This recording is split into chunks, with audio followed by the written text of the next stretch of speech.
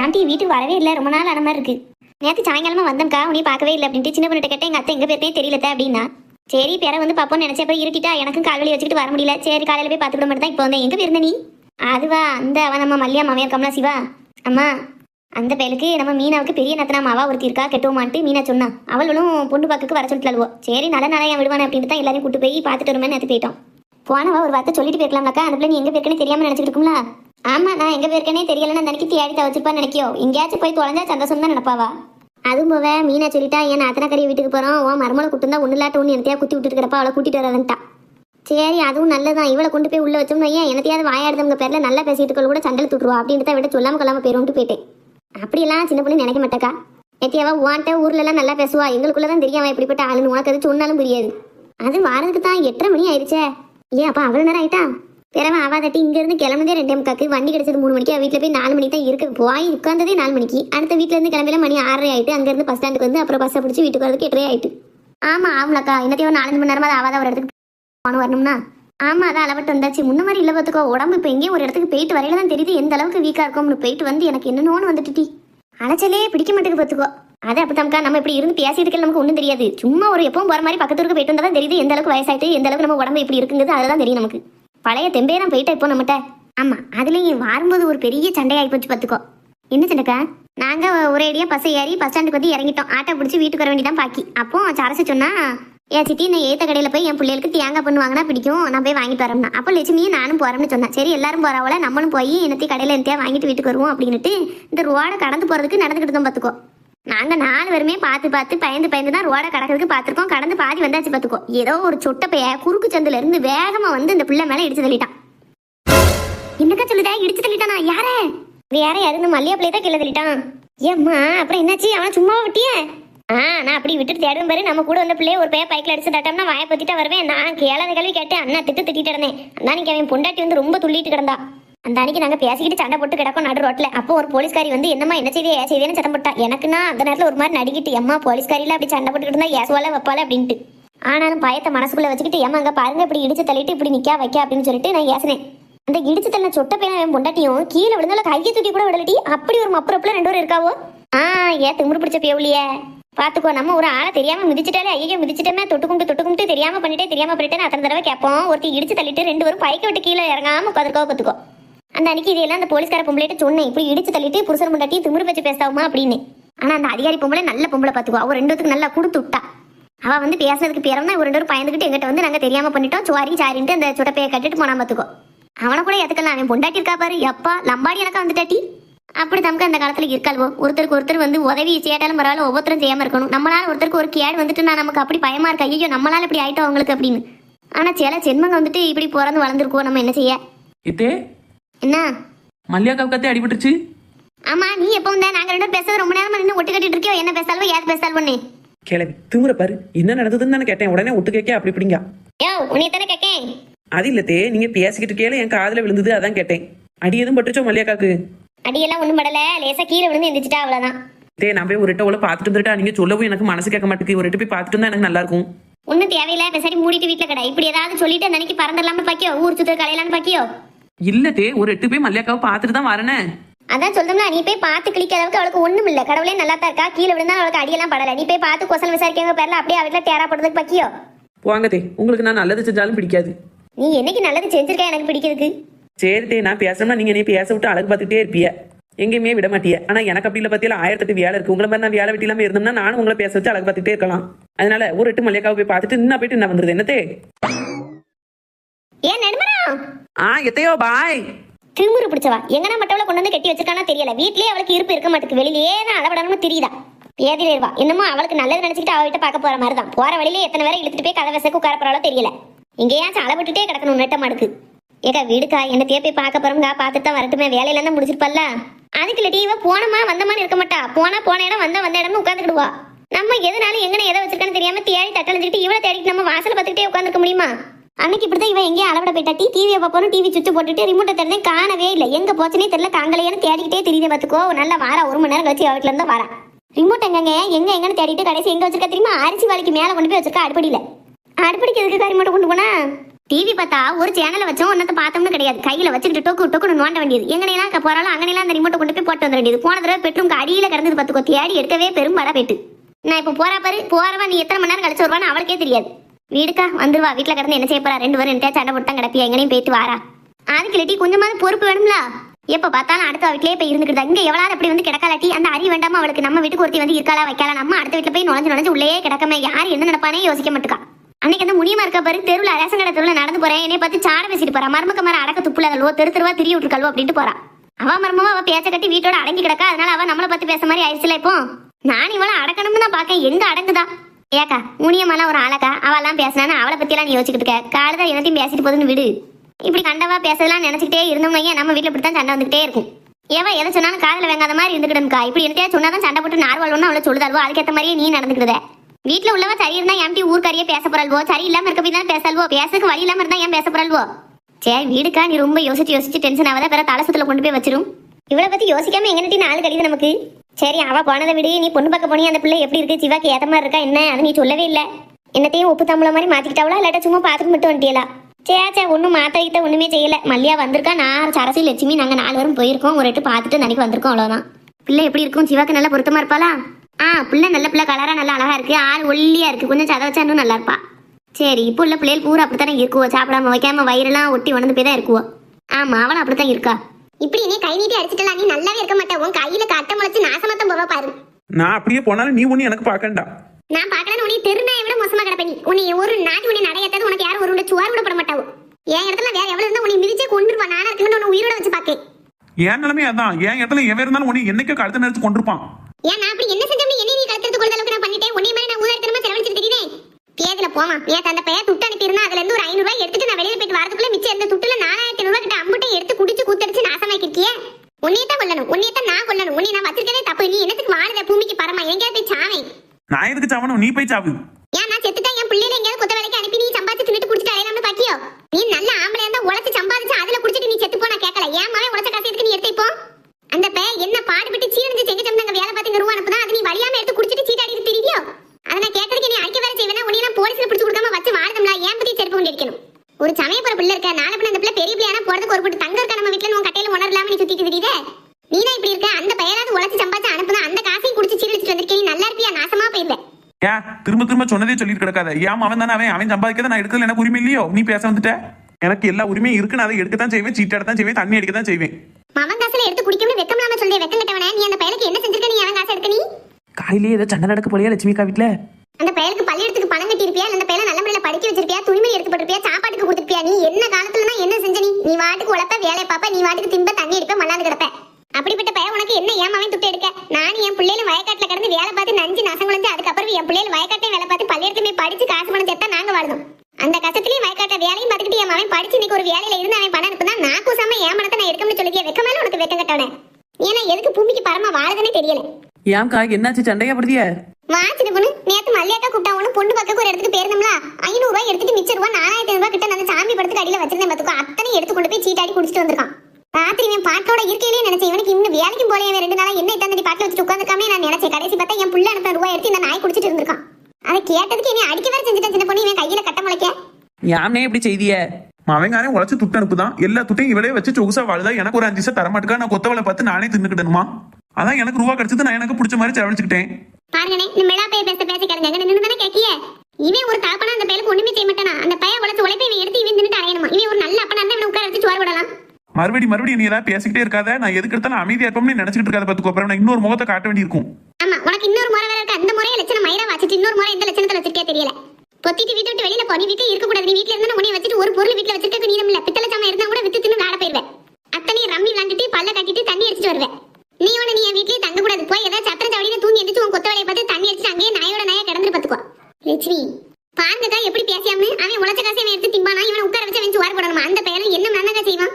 வேலைக்கு போன நாளையில இருந்து அப்பங்காரன் வச்ச கடனுக்கு வட்டி கிட்டவே அந்த பேருக்கு சரியா இருக்கு. மேற்கொண்டு வீட்டு செலவு இதையும் பார்த்து அதையும் பார்த்து அந்த பேரு என்ன செய்வான்? இன்னும் ஒரு குமர கராயத்தை வேண்டி இருக்கு வீட்டுல. அதுவும் அவன் தலையில தான் அந்த பொறுப்பும். அவனுக்கு ஒரு வாழ்க்கைன்னு ஒண்ணு அமையணும் வைக்கணும்னா வீடு வாசம் வாங்கணும் வைக்கணும் அது ஒண்ணும் கிடையாது. அதை பத்தி யோசிக்க கிடையாது. ஒவ்வொரு நாளும் எனக்கு எப்படி மண்டை காய் தெரியுமா எல்லாத்தையும் யோசிச்சு இவனுக்கு என்ன குடிச்சிட்டு கிடக்க. உனக்கு நீ என்னைய மதிப்பு மரியாதையோட நடத்தினா நானும் அப்படி எல்லாம் செய்யத்தான் செய்வேன். உன்னைய மதிக்க அளவுக்கு நீ நடந்ததான மதிக்க முடியும். என்னைக்காவது உழைச்ச காசு கொண்டு வந்து கையில கொடுத்துருப்பியா? நீ உன் சௌரியத்தை உழைக்க வேண்டியது, குடிக்க வேண்டியது, மலர வேண்டியது, வீட்டுல வந்து தகாத வார்த்தைகளை பேச வேண்டியது இதானே உனக்கு பொழப்பு. உடனே தாங்கணும் ஏந்தனும் மதிப்பு கொடுக்கணும்னா நீ அதுக்கு தக்க நடந்துக்கிட்டா தானே அந்த மதிப்பு கிடைக்கும். தன்னாலே கிடைச்சிரும் உனக்கு. பாத்துக்கிட்டே இருப்பேன்னு நினைக்காத. என்னைய பத்தி உனக்கு தெரியாது. இப்ப அடிச்சு அடி மாதிரி திரும்ப ஒருக்க அடிச்சோம்னா அப்படியே சுருண்டு செத்து போயிருவே பாத்துக்கோ. நீ அடிவனே பாப்போம். இன்னொரு தடவை நீ உன் கையை ஓங்க, உன் கையை முடிச்சிட்டு தான் மறு வேலை பார்க்க போறேன். ஏன் முருகேசு சும்மா இருப்பா நீ? பாருனே கண்ணால பாக்கல. இனி ஒரு வார்த்தை மதிச்சு பேசலானே. இதுதான் என்ன குடிச்சு குடிச்சு நாசமா போறேன். இவளாலதான் என் வாழ்க்கையே சீரழிஞ்சு போச்சு. சரி நான் என்ன சொல்றேன், நீ வெளியில வா. செத்த நேரம் இங்க இருக்க வேண்டாம், நீ தூர வா. நான் எதுக்குனே வரணும்? இவன் வீட்டுல இருப்பா, நான் வீட்டை விட்டு வெளியில போகணுமோ?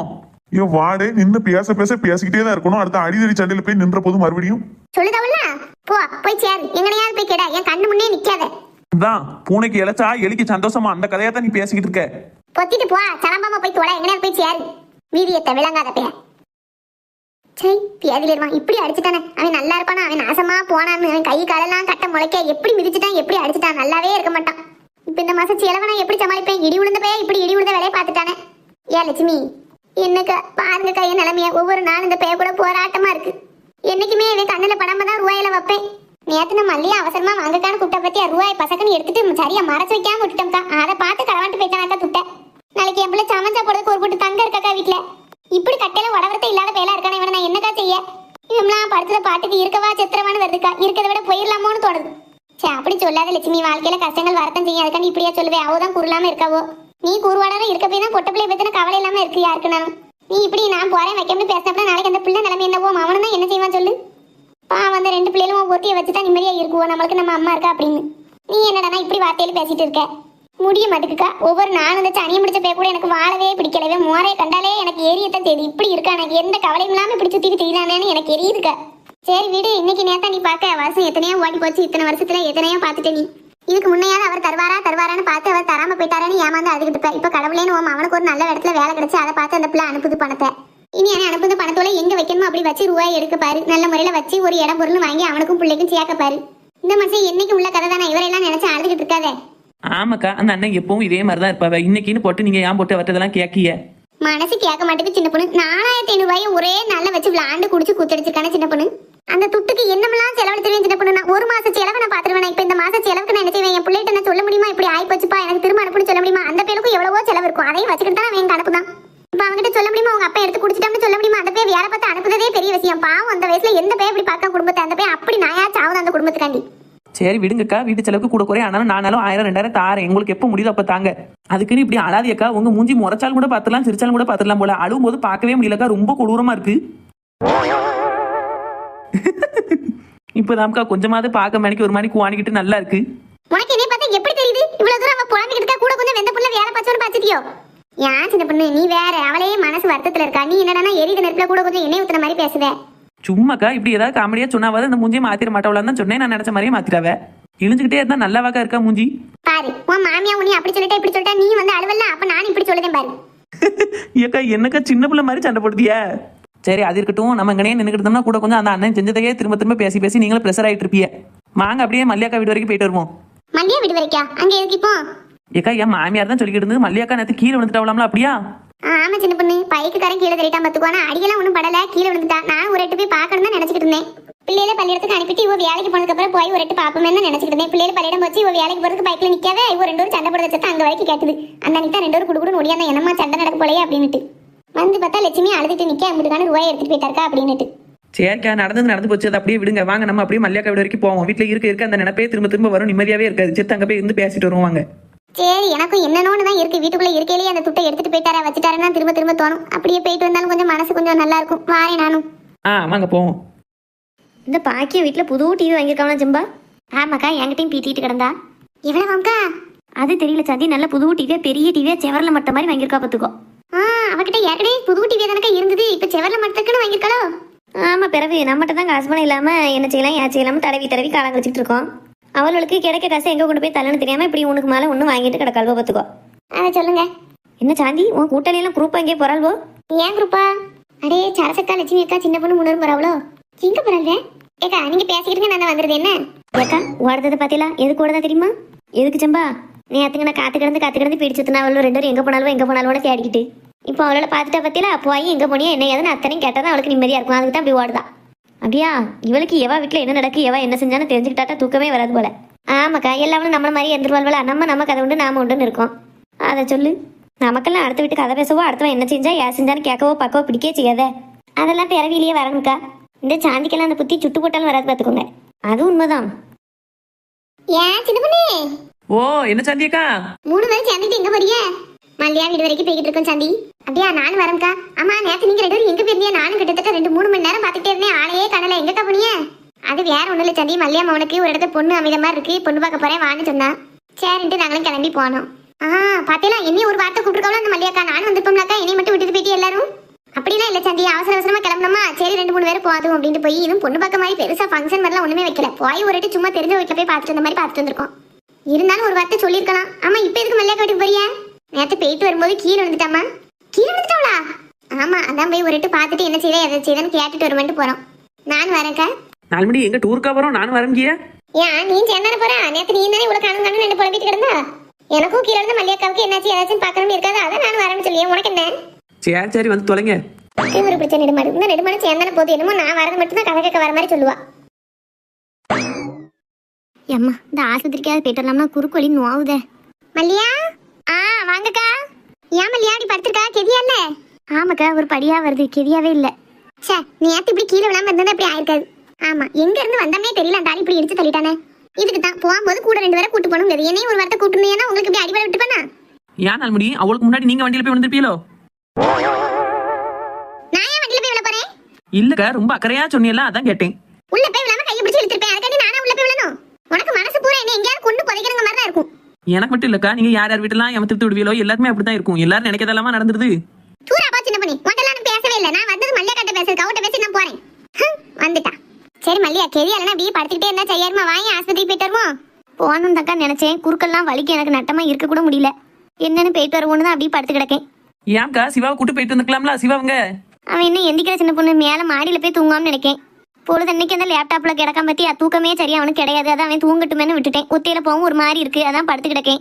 இப்படி சொன்னா எப்படி மல்லியா? ஒரு போன் அடிச்சு எங்களை கூப்பிட்டாங்க வரமாட்டோமா? ஆட்டோல போய் காட்டிட்டு வந்துருக்கலாம்ல. இப்படியா வேதனையை வச்சுட்டு படுத்து கிடப்ப? ஏன்க்கா உங்களுக்கு வீண் அலைச்சல தான் நினைச்சேன். அம்மா இதுக்கெல்லாம் அப்படி நினைப்பா? இது கூடவா கூட்டிட்டு போக முடியாம அங்க கிடக்கும்? அதெல்லாம் பிள்ளைகள் பள்ளியிடம் போயிடுது. காலையில செய்ய வேண்டிய வேலையெல்லாம் முடிஞ்சு உன்னை கூட்டு போய் ஆஸ்பத்திரியில காட்டிட்டு நாங்க வீட்டுக்கு போறோம். சின்ன பொண்ணு எந்த கணேசாட்டாக்கு போன் போடேன். அந்த போட்டோம்க்கா. உள்ள சிக்னலே கிடைக்காது, வெளியில போய் பேசிட்டு வரேனக்கா. போய் பேசிட்டு வா. காலையில என்னமோ சாப்பிட்டியா மல்லியா? ஆமாக்கா காலையில 2 தோசைக்கு மாவு கிடந்து அதை சுட்டு சாப்பிட்டேன். சரி அப்ப போனாக்கல ஒரு ஊசியை போட்டலாம். என்னம்னா செய்யற டாக்டர்ட்ட எல்லாத்தையும் சொல்லு என்ன? சரிக்கா. இக்கா சொல்லியாச்சு நான் இப்ப வந்துருவாவோ. ஆமா மல்லியாக்கா என்னையும் ஒரு வார்த்தை பொண்ணு பார்க்க கூட்டு போயிருக்கலாம்ல. வரமாட்டோம்னா சொல்லிருக்க போறேன். அதுக்குள்ள சந்தி கூட்டிட்டு போகணும் தான் நினைச்சேன். சரி முடிவானதுக்கு அப்புறம் எல்லாரும் கூட்டு போய் நிச்சயம் பண்ணும்போது போவோம். இப்போதைக்கு 1-2 பேர் மட்டும் போனா போதாதான்னு நினைச்சிட்டு தான் போயிட்டோம். கூப்பிடக்கூடாதுன்னு நினைக்கல. மத்தியானம் பத்தியா என்னத்தையே சோறு பிங்கி சாப்பிட்டுட்டு தூங்கிட்டு கிடப்ப. தூக்கத்தை கெடுத்து ஏன் கூட்டு போவானு தான் விட்டுட்டு போயிட்டோம். எப்படி என் மேல அக்கறையா இருக்க மாதிரி காரணம் சொல்ல பாரு. கலட்டி விட்டு போகணும்னு நினைச்சுதான் வேணும்னே கூப்பிடாம போயிட்டால்வோ. அதை கேட்டோம்னா அப்படியே ஒரு நியாயமாவும் சோகமாவும் நம்ம மேல அக்கறையா இருக்க மாதிரி ஒரு பதில சொல்லிடுவாள். திருப்பி நம்ம கேள்வியே கேட்க முடியாத அளவுக்கு எல்லாவளும் காரிய இப்படி நினப்புல இருந்தா அப்புறம் கீழே விழாம என்ன செய்வா? சரி மல்லியாக்கா இனிமேலாவது எங்க போனாலும் சாந்தியும் கூட கூட்டு போமே கூட்டு போங்க. இல்லாட்ட போராடணும்னா அப்படி கீழே தான் வந்துட்டு வரணும். ஏன்க்கா எல்லாரும் ஒரு மாதிரி முறைச்சு பாக்கிய? நான் உள்ள தானே சொன்னேன். ஏன் நல்ல மனசுக்கு நீ எங்க கூட்டு போனாலும் அவளுக்கு ஒண்ணு ஆகாது. விட்டு போனாலும் வைங்களேன் நான் மனசு சங்கடப்பட்டோம்னா அதனால என்னமோ ஆயிடக்கூடாது. அதுதான் சொன்னேன். ஆனா நீ எல்லாம் ஒரு பொம்பளையா? நீ எல்லாம் ஒரு மனுஷியா இல்ல நான் கேட்கேன். ஏன் இப்ப நான் என்ன சொல்லிட்டோம் இப்படி பேசிய? பிறகு ஏதோ அவசரத்துல உனக்கு கூப்பிடாம போயிட்டா. அதுக்காண்டி அவளை இப்படி எல்லாம் பேசுற? என்னமோ இனிமே கூப்பிடாம போனா எங்கனால அடிபட்டு செத்துறவங்க மாதிரி சாப்பிடுற மாதிரி பேசுற. பத்தா வரைக்கும் கூட்டிட்டு போவாதனால அவ கீழே வந்துட்டாங்க மாதிரி சொல்ல. உன்னை கூட்டிட்டு போனா எதனா சாமி குத்தமா அவ கீழே வந்ததுக்கு இப்பதானே தெரியுது அவ கீழே வந்த காரணம். நீ நல்லா வயிறஞ்சிட்டே கிடந்திருக்கேன். விட்டுட்டு போயிட்டா எங்க போனான்னு தெரியலையே அப்படின்னுட்டு நீ வயிறஞ்சு அவ கீழே தள்ளிட்டா நினைக்கேன். ஆமா நான் தான் வயிறஞ்சு கிடக்கேன். நீங்க தான் வேணும்னே இந்த ஒரு கூட்டத்துக்கு கூட்டு போக கூடாதுன்னு சொல்லி என்ன விட்டுட்டு போயிருக்கிய. அம்மா ஒரு இடத்துக்கு போனதுக்கா என்ன பாடு? அம்மா ஒரு சின்ன விஷயத்தை எவ்வளவு பெரிய விஷயமா ஆக்குதியே சாந்தி. ஏக்கா ஆட்டோ வந்துட்டு. மல்லியா மெல்ல இறங்குமோ நான் கையை பிடிச்சு கூட்டு போறேன். வந்து ஆட்டோல உட்காரு. சரிக்கா. அம்மா வா மெல்ல மெல்ல வா.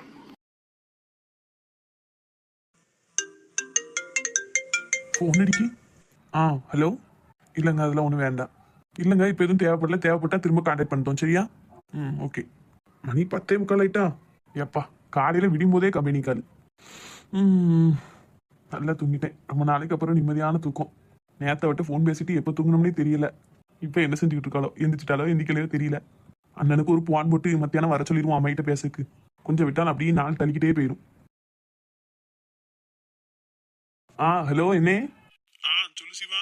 என்ன எங்க இருக்க? இப்பதான் கடைக்கு வந்தேன். கடைக்கு போயிட்டியா? வருத்தப்படாத, நான் இப்பதான் கடைக்கு வந்திருக்கேன்.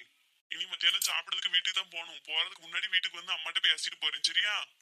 சரிண்ணே, நீ வந்து இங்கே சாப்பிட்டுட்டு போண்டி தானே, இவ்வளவு தூரம் வந்துட்டு மறுபடியும் வீட்டுக்கு போயிட்டா சாப்பிட்டுக்கிட்டு இருப்பா.